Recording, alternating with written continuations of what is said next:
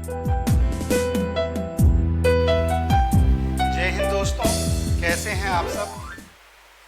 Chandra classes educational Prayagraj के इस YouTube के चैनल पर आप सभी का स्वागत है। आप लोगों ने पहले के जो 2-3 वीडियो आपने देखा वो टीजीटी पीजीटी इतिहास विषय से संबंधित जो बेसिक जानकारी रही उसको हमने उस वीडियो में डिस्कस किया, और आज से हम लोग सीधे इतिहास विषय पर आएंगे। और इतिहास विषय को मैं संतोष गिरी बहुत ही बेहतर तरीके से इतिहास के प्रत्येक पक्ष पर बारीकी से चर्चा करते हुए हम लोग आगे बढ़ेंगे। इतिहास विषय को लेकर के जो लोगों में एक भ्रांति या मन में शंका होती है कि इतिहास विषय जो है वो बोरिंग है या इतिहास जो है बड़ी जल्दी भूल जाता है, तो ऐसा कुछ भी नहीं है। बस बात यह है कि इतिहास विषय को हम कितनी शिद्दत और कितनी जीवंतता या जीवितता के साथ उसको पढ़ाया जाए। इतिहास विषय में अभी तो आपसे अगर बात करूं तो शायद आपको बिलीव ना होगा, विश्वास ना होगा, लेकिन हमारे साथ 2-4-6 दिन आप जो है अपनी ट्यूनिंग जोड़ेंगे तो इतिहास विषय आपके पर्सनल या व्यक्तिगत जीवन से जोड़ करके उसको पढ़ाने का प्रयास करूंगा। और आप देखेंगे कि कैसे इतिहास विषय जो है वो आपके जीवन से संबंधित है, वो घटनाएं, वो पक्ष, क्योंकि प्रत्येक मानव का जो जीवन है आज के पहले कहीं ना कहीं वो इतिहास हो चुका है और वो इतिहास से प्रेरित है। और प्रत्येक मानव का जो जीवन है वो राजनीतिक, सामाजिक, आर्थिक या अन्य तमाम जो है क्षेत्रों से संबंधित होता है। उसी प्रकार इतिहास विषय एक जीवित विषय के रूप में जो है पढ़ाने का प्रयास मैं करूँगा। और समय ना लेते हुए सीधे विषय पर आए हम लोग, तो सबसे पहली बात यहाँ चर्चा जरूरी है कि आखिर जो इतिहास विषय है इस विषय में किन बातों का अध्ययन किया जाता है। सबसे प्रमुख बात तो तमाम जो है आपने ग्रेजुएशन, पोस्ट ग्रेजुएशन किया होगा और आप इसको बेहतर जानते भी होंगे, लेकिन बहुत व्यवहारिक बात हमें जानना है कि इतिहास विषय के अंतर्गत किन घटनाओं या किन बातों का अध्ययन हम करते हैं। तो सबसे पहली बात आप समझना, इतिहास एक ऐसा विषय है जिसमें हम अतीत की घटनाओं का अध्ययन करते हैं। यानी यहाँ फोकस हमें करना है क्या, अतीत। अतीत को अगर इंग्लिश में देखें तो हम पास्ट कह सकते हैं, यानी जो बीता हुआ समय है या जो आज से पहले की जो बीती घटनाएं हैं उन घटनाओं को जिस विषय में हम लोग पढ़ते हैं उस विषय को इतिहास कहते हैं। अब प्रश्न आता है पास्ट, ये जो पास्ट या अतीत है, अतीत में बहुत सारी घटनाएं घटती हैं, तो क्या इतिहास के अंतर्गत समस्त घटनाओं का अध्ययन करते हैं या आज के पहले जो भी घटनाएं देश काल समाज में घटी हैं क्या उन समस्त घटनाओं का अध्ययन इतिहास विषय के अंतर्गत किया जाएगा या किया जाता है? तो शायद नहीं।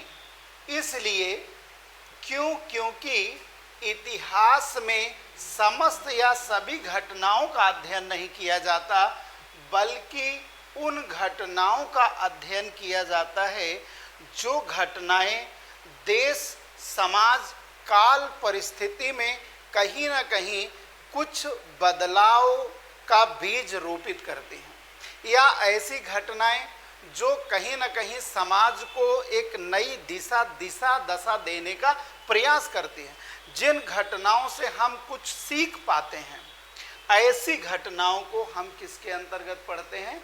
इतिहास के अंतर्गत पढ़ते हैं। अगर हम एक एग्जाम्पल के तौर पर, मैंने कहा कि आपसे हम जो है व्यवहारिक जीवन को जोड़ते चलेंगे और वो आपकी समझ के लिए बेहतर होगा, तो एक चीज़ आप समझें इतिहास में कुछ महत्वपूर्ण घटनाएं जिनका प्रभाव मानव जीवन पर पड़ता है, उन घटनाओं का अध्ययन किया जाता है।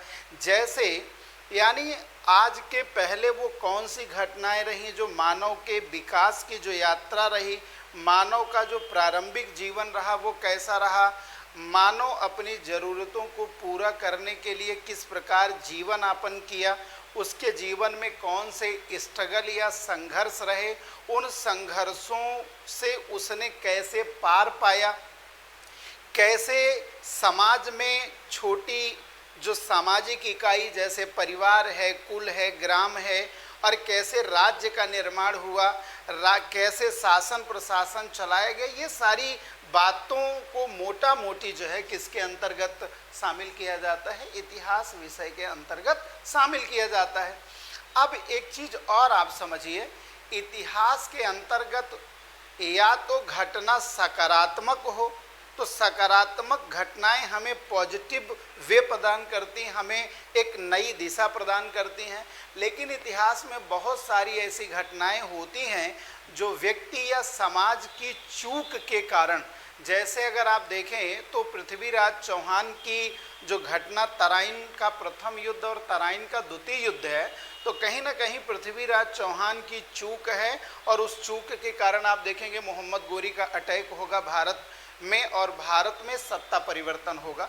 तो कहने का मतलब ये कि या तो घटनाएं इतिहास को एक नई दिशा देने का प्रयास करती हैं, या कहीं ना कहीं समाज को बहुत सारी घटनाएं होती हैं जो बहुत पीछे छोड़ देती हैं, उनसे हमें प्रेरणा लेकर के आगे बढ़ने का प्रयास करना चाहिए।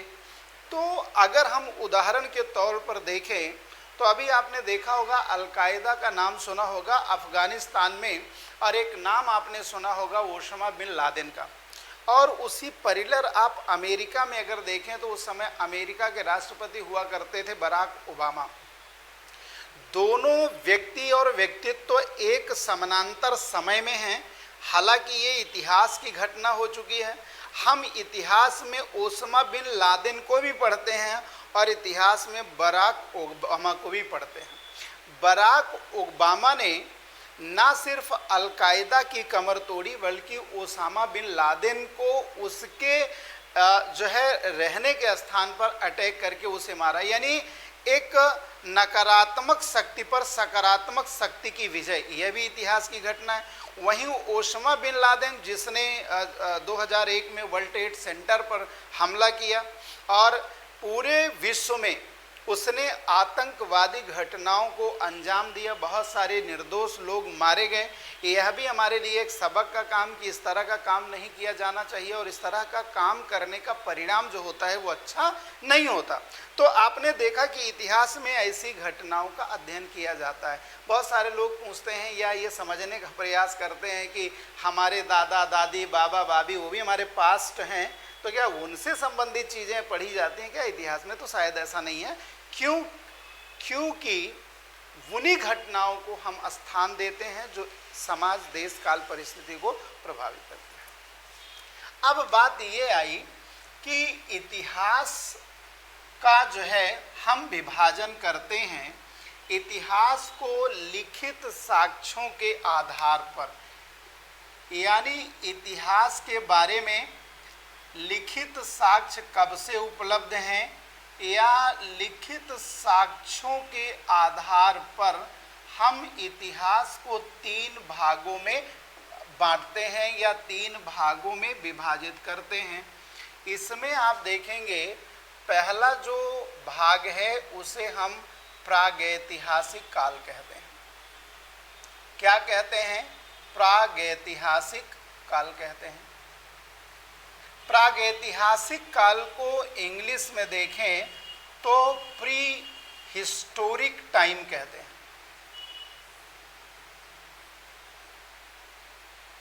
Pre historic time. और दूसरा जो खंड है या दूसरा काल है उसे हम कहते हैं आद्य ऐतिहासिक काल। आद्य ऐतिहासिक काल को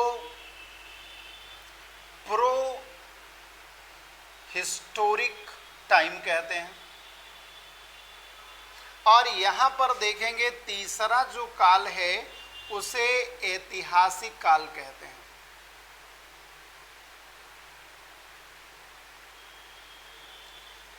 यहाँ पर ये जो इतिहास का विभाजन 3 खंडों में या 3 पार्ट में ये हुआ है, इसका आधार क्या है? तो इसके आधार के बारे में मैंने बताया कि इतिहास लिखित साक्ष्यों के आधार पर आप देखेंगे 3 कालखंडों में विभाजित किया जाता है। यहाँ पर प्रागैतिहासिक काल यानी इतिहास का ऐसा कालखंड जिसके बारे में कोई भी लिखित साक्ष्य उपलब्ध ही ना हो या लिखने पढ़ने के बारे में कोई भी जानकारी हमें उपलब्ध ना हो, लिखित साक्ष्य उपलब्ध नहीं, ऐसे काल को हम प्रागैतिहासिक काल कहते हैं। और प्रागैतिहासिक काल के अंतर्गत अगर हम देखें तो पूरे के पूरे जो पाषाण काल है, इस पाषाण काल को हम रखते हैं किस काल के अंतर्गत? प्रागैतिहासिक काल के अंतर्गत रखते हैं। पाषाण काल को आगे आप देखेंगे कि इसे 3 खंडों में पाषाण काल को विभाजित किया जाएगा। पहला होगा पूरा पाषाण काल और दूसरा आप देखेंगे मध्य पाषाण काल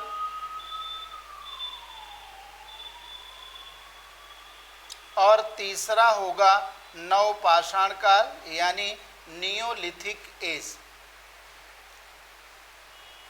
यानी ये जो पूरा का पूरा पाषाण काल का टाइम है, एरा है, इसमें जो मानव है वो ना तो पढ़ना लिखना जानता है, ना तो कोई भी गिनती गणना जानता है, यानी मानव पढ़ा लिखा नहीं है। और इतिहास के ऐसे काल को प्रागैतिहासिक काल कहा जाता है। अब इसके आगे अगर हम बढ़ेंगे तो आद्य ऐतिहासिक काल की बात करें तो आद्य ऐतिहासिक काल जो है वो प्रागैतिहासिक काल से 2 कदम आगे है। यानी यहाँ पर आप देखेंगे, यहाँ पर मानव जो है लिखने और पढ़ने का जो काम है, ये कार्य तो करता है, लेकिन दुर्भाग्य कहें या हमारी अपनी या हमारी जो है कमजोरी कहें कि इस टाइम पीरियड के लोग तो पढ़ते लिखते तो थे, लेकिन हमें आज इनकी लिपि को पढ़ने में सफलता नहीं मिली है। यानी इनकी लिपियों को हम पढ़ने में सफल नहीं हैं। ऐसा जो काल है, यानी जिस काल के लोग पढ़े लिखे तो थे लेकिन इनकी लिपि को पढ़ा नहीं गया, ऐसा काल आद्य ऐतिहासिक काल। और इसमें आप देखेंगे इतिहास का हड़प्पा या सैंधव सभ्यता, ये हड़प्पा या सैंधव सभ्यता का काल। और दूसरा आप देखेंगे वैदिक काल। ये जो 2 समय है इतिहास का, इसे आद्य ऐतिहासिक काल के अंतर्गत रखा जाता है। हालांकि वैदिक काल के बारे में जो स्रोत हमें मिलते हैं वो स्रोत हमें वेद मिलते हैं, ब्राह्मण, अरण्यक, उपनिषद, इनके द्वारा जानकारी वैदिक काल की होती है। लेकिन ध्यान देना, वैदिक काल में लोग लिख नहीं पाते थे, बल्कि वेद जो हैं वो श्रुतियों के माध्यम से आगे चलते हैं। तो इस काल में इस तरह के काम यानी लिखने पढ़ने के काम तो देखने को मिलते हैं, लेकिन हम इसमें सफलता नहीं प्राप्त की है। जैसे सैंधव काल या हड़प्पा सभ्यता के बारे में आप देखेंगे, इनकी लिपियों को चित्राक्षर शैली या भावात्मक शैली, जिसे इंग्लिश में पिक्टोग्राफ के नाम से हम चर्चा करेंगे जब हम बात करेंगे सैंधव सभ्यता की। तो इतिहास का यह कालखंड है। अब बात हम करेंगे ऐतिहासिक काल की। तो ऐतिहासिक काल इतिहास का ऐसा कालखंड जिसके बारे में लिखित साक्ष्य उपलब्ध भी हैं और उन्हें पढ़ने में सफलता भी मिली है। यानी इतिहास का वह समय जिसके बारे में हम लिखने पढ़ने की शुरुआत कर चुके हैं, लिख पढ़ भी रहे हैं और उन स्रोतों का अध्ययन भी किया गया, ऐसे काल को ऐतिहासिक काल या हिस्टोरिक एज कहते हैं। और इसके अंतर्गत जिस समय को हम रखते हैं तो इसमें आप देखें तो यहाँ पर जो आद्य ऐतिहासिक काल का एंडिंग पीरियड है वो वैदिक काल है। तो यहाँ हम कह सकते हैं कि वैदिक काल के बाद से लेकर के आज तक का जो काल है वह किसके अंतर्गत आएगा? ऐतिहासिक काल के अंतर्गत आता है। तो यहाँ से प्रश्न आते हैं और कभी कभी एक प्रश्न बहुत इम्पॉर्टेंट आता है, इन तीनों कालखंडों का क्रोनोलॉजी यानी जो है क्रम पूछता है कि कभी क्या करता, आद्य ऐतिहासिक को पहले, प्रागैतिहासिक काल को मध्य में और उसके बाद ऐतिहासिक काल, और इसको देकर के क्या करते हैं, वो कहते हैं कि इसको क्रम से व्यवस्थित करें। तो यह भी आपके लिए इम्पोर्टेंट। उसके बाद अब बात ये आती है कि हमने ये देखा कि इतिहास विषय के अंतर्गत हम किसका अध्ययन करते हैं, तो अतीत की घटनाओं का अध्ययन करते हैं। दूसरी बात ये आती है कि लिखित साक्ष्यों या लिखित स्रोतों के आधार पर हमने इतिहास को 3 कालखंडों में बांट दिया। लेकिन किसी भी व्यक्ति या किसी भी विषय के बारे में जानकारी के लिए हमसे जो सबसे प्रमुख बात होती है वो होती है स्रोत, या किसी भी व्यक्ति, समाज या घटना के बारे में हमें जानकारी कैसे हो। तो किसी भी घटना या विषय के बारे में जानकारी के लिए हमारी जो निर्भरता होती है वह किस पर होती है? स्रोतों पर होती है। ध्यान देना, किसी भी विषय की जानकारी के निश्चित क्या होते हैं? सोर्स होते हैं। इतिहास विषय की जानकारी हमें हो, इसके लिए हमें विभिन्न स्रोतों पर निर्भर रहना पड़ता है, या विभिन्न स्रोतों के माध्यम से हम अतीत की घटनाओं का अध्ययन करते हैं। अब बात ये आती है कि आखिर जो सोर्स या स्रोत हैं, इतिहास जानने के स्रोत कितने हैं? तो इतिहास जानने के जो स्रोत हैं मुख्य रूप से या मेनली वो इतिहास जानने के मुख्य 3 स्रोत हैं। 3 source are to know about history, यानी इतिहास जानने के 3 स्रोत। और इन 3 स्रोतों को अगर हम देखें तो वो कौन कौन से स्रोत हैं उनको हम यहाँ डिस्कस करेंगे। तो सबसे पहले जो स्रोत आता है वो आता है पुरातात्विक स्रोत। पहला यानी फर्स्ट सोर्स पुरातात्विक स्रोत। इसे अगर देखें तो इसे कहते हैं आर्कियोलॉजी, यानी पुरातात्विक स्रोत। दूसरे स्रोत के अंतर्गत आते हैं साहित्य, या इसे साहित्यिक स्रोत कहते हैं, यानी लिटरेरी सोर्स, या इन्हें कहें लिटरेचर कहते हैं, साहित्यिक स्रोत। और तीसरा जो स्रोत है वह है विदेशी यात्रियों के विवरण। First, second and third. यहाँ अब हम एक एक को अगर डिस्कस करें, पुरातात्विक स्रोत, यहाँ पर ध्यान देना, आर्कियोलॉजी के पुरातत्व क्या है, यानी इतिहास जानने के ऐसे स्रोत जो विभिन्न खुदाइयों के माध्यम से यानी बहुत ऐसे स्रोत रहे जो समय के साथ जमीन के नीचे दब गए। उन्हें जब उन स्थलों की खुदाइयाँ हुई तो उनसे प्राप्त स्रोतों के आधार पर हम जो है अतीत के इतिहास के उस कालखंड के बारे में जानकारी प्राप्त करते हैं, या ऐसे स्रोत हमें इतिहास की जानकारी प्राप्त करने में सहायता प्रदान करते हैं। ऐसे तत्वों को पुरातत्व या पुरातात्विक स्रोत कहते हैं। कुछ ऐसे भी स्रोत हैं जो जमीन के ऊपरी भाग या जमीन से ऊपर हों या बाहर हों, ऐसे भी स्रोत को हम पुरातात्विक स्रोत कहते हैं। और पुरातात्विक स्रोत के अंतर्गत शामिल अनेक आयाम होते हैं, उनकी अगर हम चर्चा करें तो इसमें सबसे पहला जो स्रोत और महत्वपूर्ण स्रोत जिनसे हम इतिहास के बारे में जानते हैं या हमें जानकारी मिलती है, वो हैं अभिलेख, जिन्हें इंग्लिश में इंस्क्रिप्शन कहते हैं। अभिलेख क्या है? तो अभिलेखों के बारे में एक विस्तृत श्रृंखला जब हम अशोक मौर्य साम्राज्य के शासक के बारे में पढ़ेंगे तो हम अभिलेखों की चर्चा करेंगे। और अभिलेखों में आप देखते हैं अभिलेखों के कई टाइप हैं, ताम्रपत्र अभिलेख या स्तंभ लेख, शिलालेख, गुहालेख। तो इनकी चर्चा यहाँ प्रासंगिक नहीं, हम उसकी बात करेंगे।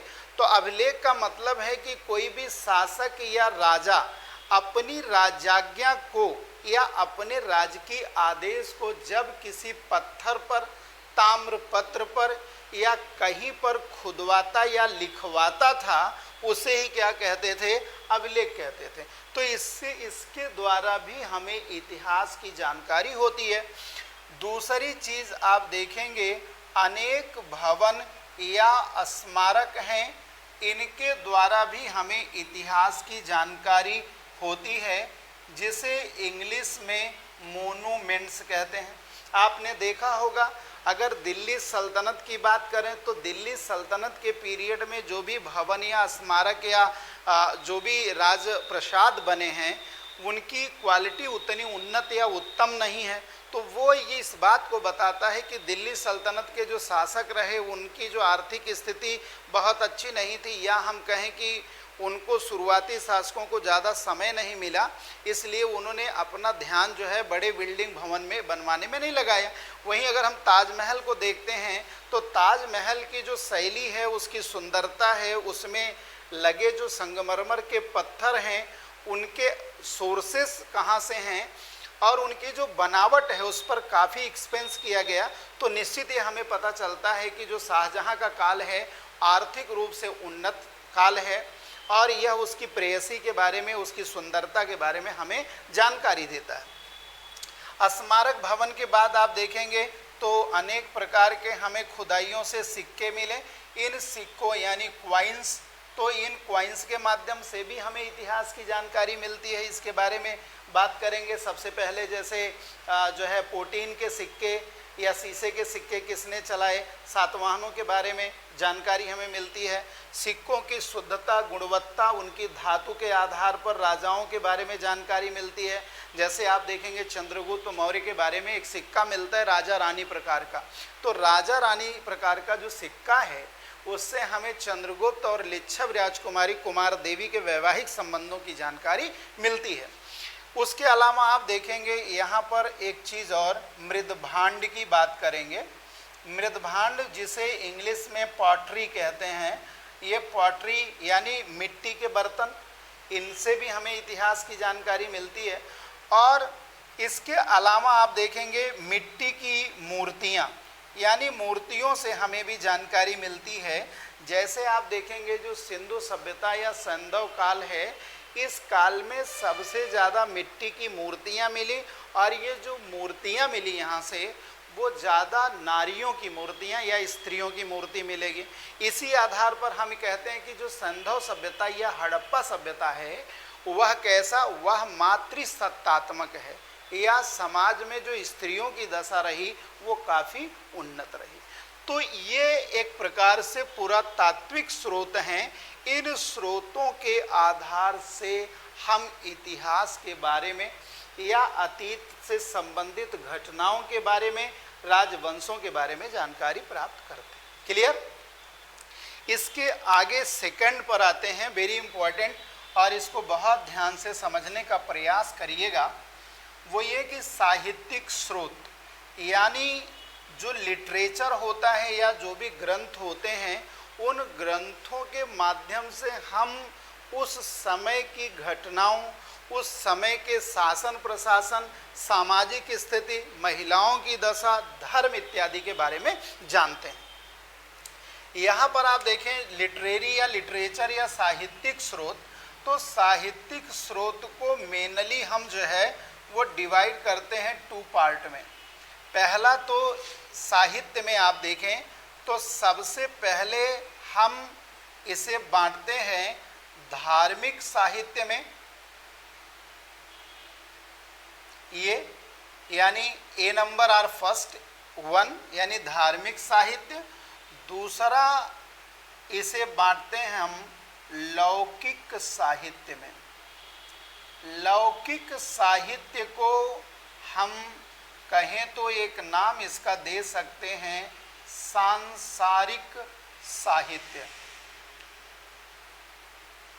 लौकिक साहित्य या सांसारिक साहित्य और दूसरा धार्मिक साहित्य। इसे थोड़ा सा हम ऊपर लेकर के यहाँ पर आप देखें, इसको समझने का प्रयास करिए। तो धार्मिक साहित्य जो होता है, तो धार्मिक साहित्य यानी ऐसा साहित्य जिसकी रचना हमने धार्मिक उद्देश्यों से की, यानी ऐसे ग्रंथ जिसमें धार्मिक चर्चा को जो है समाहित किया गया है। धार्मिक घटनाओं, पूजा पद्धति, यज्ञ, विधि विधान या धर्म से संबंधित जो साहित्य हैं उन्हें धार्मिक साहित्य कहते हैं। लेकिन धार्मिक साहित्यों में तत्कालीन समय के राजाओं के आचार विचार व्यवहार, उनके शासन प्रशासन से भी बहुत सारी जानकारी हमें देखने को मिलती है। यानी कहने का मतलब ये है कि धार्मिक साहित्य जहाँ एक ओर धर्म के बारे में जानकारी देते हैं, वहीं दूसरी ओर इन साहित्यों के माध्यम से हमें इतिहास के बारे में भी जानकारी मिलती है। अब जरा सा इसे हम लोग ऊपर लिखें और समझने का प्रयास करें। यानी हमने कहा स्रोत में जो दूसरा स्रोत है वो क्या है? वो है साहित्यिक स्रोत।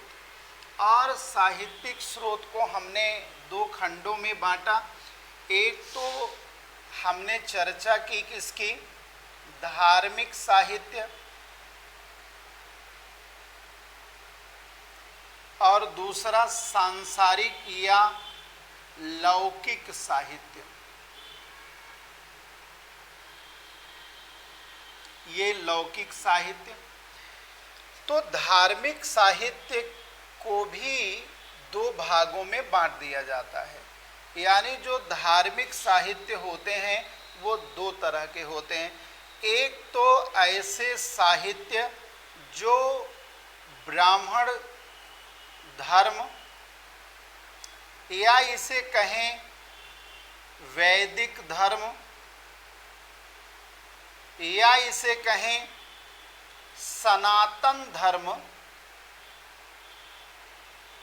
सनातन धर्म से संबंधित जो साहित्य हैं उसे ब्राह्मण साहित्य कहते हैं, ब्राह्मण धर्म। इसे सामान्यतः ब्राह्मण साहित्य कहते हैं, ये ब्राह्मण साहित्य। और दूसरे को हम कहते हैं ब्राह्मणेतर साहित्य। क्या अंतर है ब्राह्मण और ब्राह्मणेतर साहित्य में? जरा सा देखने का प्रयास करते हैं।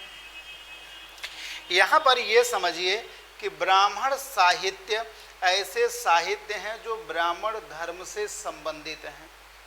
इसमें धार्मिक जो विषय है वो ब्राह्मण धर्म से संबंधित है।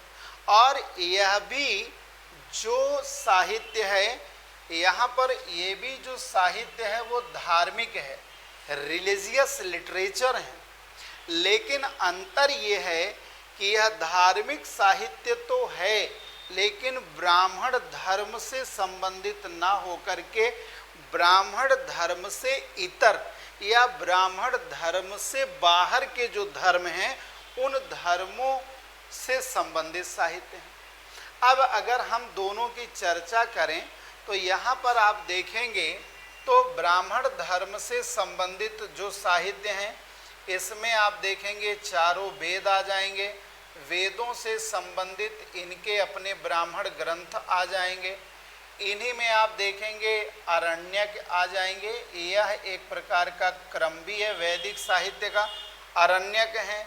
फिर उसके बाद आप देखेंगे उपनिषद हैं।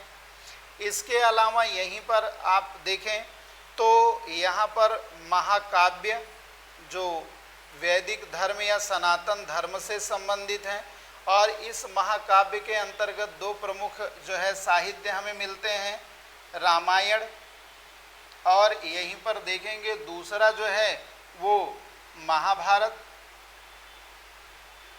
इसके अलावा इसी में पुराणों को शामिल किया जाता है जिनकी संख्या हमें 18 मिलेगी, इसके बारे में आगे हम चर्चा करेंगे। और एक और ग्रंथ हैं जो कि स्मृतियाँ। तो हालांकि स्मृतियाँ मूलतः जो ग्रंथ हैं वो कानून से रिलेटेड हैं, लेकिन इनमें भी धार्मिक पुट मिलता है। अब थोड़ा सा हम समझने का प्रयास करें। जैसे जो रामायण है वह सनातन या ब्राह्मण धर्म से संबंधित ग्रंथ है, इसमें धर्म की जानकारी तो होती है लेकिन तत्कालीन अयोध्या के राजा दशरथ, उनके पुत्र राम और श्रीलंका के शासक रावण के बारे में जानकारी मिलती है। यहाँ विभिन्न स्थानों के बारे में जानकारी मिलती है और तत्कालीन समाज के बारे में हमको जानकारी मिलती है। इसी प्रकार आप देखेंगे ब्राह्मणेतर साहित्य, तो एक प्रकार से ये भी धार्मिक साहित्य हैं लेकिन ब्राह्मण धर्म से संबंधित नहीं है। जैसे आप देखेंगे जो बौद्ध ग्रंथ हैं या जैन धर्म से संबंधित जो ग्रंथ हैं या अन्य जो धर्म हैं उनमें ईसाई कह सकते हैं या सिख धर्म, तो ऐसे जो साहित्य हैं वो ब्राह्मणेतर साहित्य के अंतर्गत आते हैं और इनके माध्यम से हमें इतिहास की जानकारी मिलती है। क्लियर? इसके बाद अब हम बात करें लौकिक साहित्य। तो लौकिक साहित्य या सांसारिक साहित्य, इनका जो उद्देश्य है वह भौतिक है, सांसारिक जीवन से संबंधित घटनाओं के बारे में इसमें हमें पढ़ने को मिलता है। और लौकिक साहित्य के अंतर्गत आप देखेंगे तो इसमें क्या मिलता है, जीवनी मिलेगी, चारण साहित्य मिलेंगे, गल्प मिलेंगे, आत्मकथाएं मिलेंगी। तो अनेक प्रकार के हमें साहित्य मिलते हैं। जैसे आपने देखा होगा चाणक्य का अर्थशास्त्र, तो चाणक्य का जो अर्थशास्त्र है उससे तत्कालीन समाज की राजनीति, उस काल की जो शासन प्रशासन है उनके बारे में हमें जानकारी मिलती है। तमाम ऐसे ग्रंथों की रचना पृथ्वीराज रासो जो चंद्रबरदाई की रचना है, तो ये जो ग्रंथ हैं वो सांसारिक जीवन से संबंधित हैं और ये उस समय के इतिहास के बारे में हमें जानकारी उपलब्ध कराते हैं। अब इसके आगे हम लोगों ने तीसरे खंड की बात की। इतिहास जानने का तीसरा जो स्रोत हमने लिखा, वो जो स्रोत है वह क्या है, तो हमने बात की थी विदेशी यात्रियों के विवरण। विदेशी यात्रियों के विवरण, लिस्ट ऑफ फॉरेन ट्रेवलर। तो एक चीज़ समझना, यह जो भारत है, भारत सोने की चिड़िया था। भारत अपने धर्म, अपनी आर्थिक उन्नति या अपने शासन प्रशासन अन्य आकर्षण के कारण प्राचीन काल से ही विश्व के तमाम देशों के लिए आकर्षण का स्रोत रहा और विभिन्न उद्देश्यों को लेकर के बहुत सारे विदेशी लोग भारत में आए। अगर बात कहें तो व्यापार की ज़रूरतों को पूरा करने के लिए बहुत सारे शासक आए। उन शासकों के साथ जिन्होंने भारत पर आक्रमण किया, जैसे ईरानी, यूनानी, शक, कुषाण, पहलव, तो ये जब भारत में आए तो इनके साथ तमाम ऐसे लोग आए जिन्होंने विभिन्न साहित्यों की रचना की और उनसे भी हमें भारतीय इतिहास या भारत की तत्कालीन परिस्थितियों की जानकारी मिलती है। दूसरी चीज़ अगर आप देखेंगे तो भारत जो है विभिन्न धर्मों का या विभिन्न पंथ या संप्रदाय का उद्भव केंद्र रहा, जिसमें आप देखेंगे बौद्ध और जैन धर्म प्रमुख होगा और बौद्ध धर्म जो अपने ओरिजिन से लेकर के बाद के समय में बौद्ध धर्म का विस्तार होगा। यह जो धर्म है दक्षिण पूर्व एशिया या चाइना वगैरह देशों में जाएगा और चाइना या चीनी यात्री बौद्ध धर्म को जानने के लिए, महात्मा बुद्ध के जन्म स्थलों को देखने के लिए, बौद्ध धर्म से संबंधित ग्रंथों का अध्ययन करने के लिए विभिन्न चीनी यात्री भी भारत आएंगे। उसके अलावा मुस्लिम आक्रमण के समय आप देखेंगे तो अनेक अरबी यात्री या अन्य यात्री भारत आएंगे और भारत को उन्होंने जैसा देखा, जैसे अलबरूनी आएगा, फरिश्ता आएगा, वदाइनुई, तो ये बहुत सारे ऐसे लोग होंगे जो विदेशी यात्रियों के रूप में आएंगे और भारत के संदर्भ में उन्होंने जैसा देखा, जाना या समझा उसे अपने साहित्य के माध्यम से बताने का प्रयास किया और ये जो स्रोत हैं ये भी हमें भारत के इतिहास के बारे में जानकारी प्रदान करते हैं। तो इस प्रकार आपने देखा कि हमें इतिहास जानने के जो स्रोत हैं वो मुख्यतः 3 स्रोत हैं, पुरातात्विक, साहित्यिक और विदेशी यात्रियों के विवरण। तो आज कि इस क्लास में यहीं तक चर्चा करेंगे। इसके अगले वाले वीडियो में आप देखेंगे हम लोग बात सीधा करेंगे पाषाण काल या आदि मानव काल की बात करेंगे और पाषाण काल के विभिन्न कालखंडों की चर्चा करेंगे। उसके 3 पार्ट के बारे में, पूरा पाषाण काल, मध्य पाषाण काल और नवपाषाण काल के बारे में चर्चा करते हुए हम लोग आगे बढ़ेंगे और देखेंगे कि कैसे जो मानव है, जो प्रारंभिक मानव है, अपने जीवन की ज़रूरतों को पूरा करने के लिए किन किन उपकरणों का प्रयोग करेगा, कैसे जीवन में आगे बढ़ेगा, उसके बारे में जो वीडियो होगी वो अगली वीडियो में हम लोग चर्चा करेंगे। तो आज यहीं तक और मैं आपको विश्वास दिलाना चाहता हूँ कि आने वाले समय में लगातार एक क्रम से हम इतिहास को पढ़ाते हुए आगे निकलते चलेंगे, जो कि आने वाली वैकेंसी टीजीटी, पीजीटी या यूपीएससी या यूपीपीएससी के लिए बेहद ही लाभदायक होंगे। अगर हमारा ये वीडियो आपको पसंद आया तो निश्चित ही लाइक, कमेंट और शेयर भी करिए, जिससे लोगों तक यह जो है वीडियो पहुंच पाए, लोगों तक यह जानकारी पहुंच पाए। Thank you, thank you, thank you.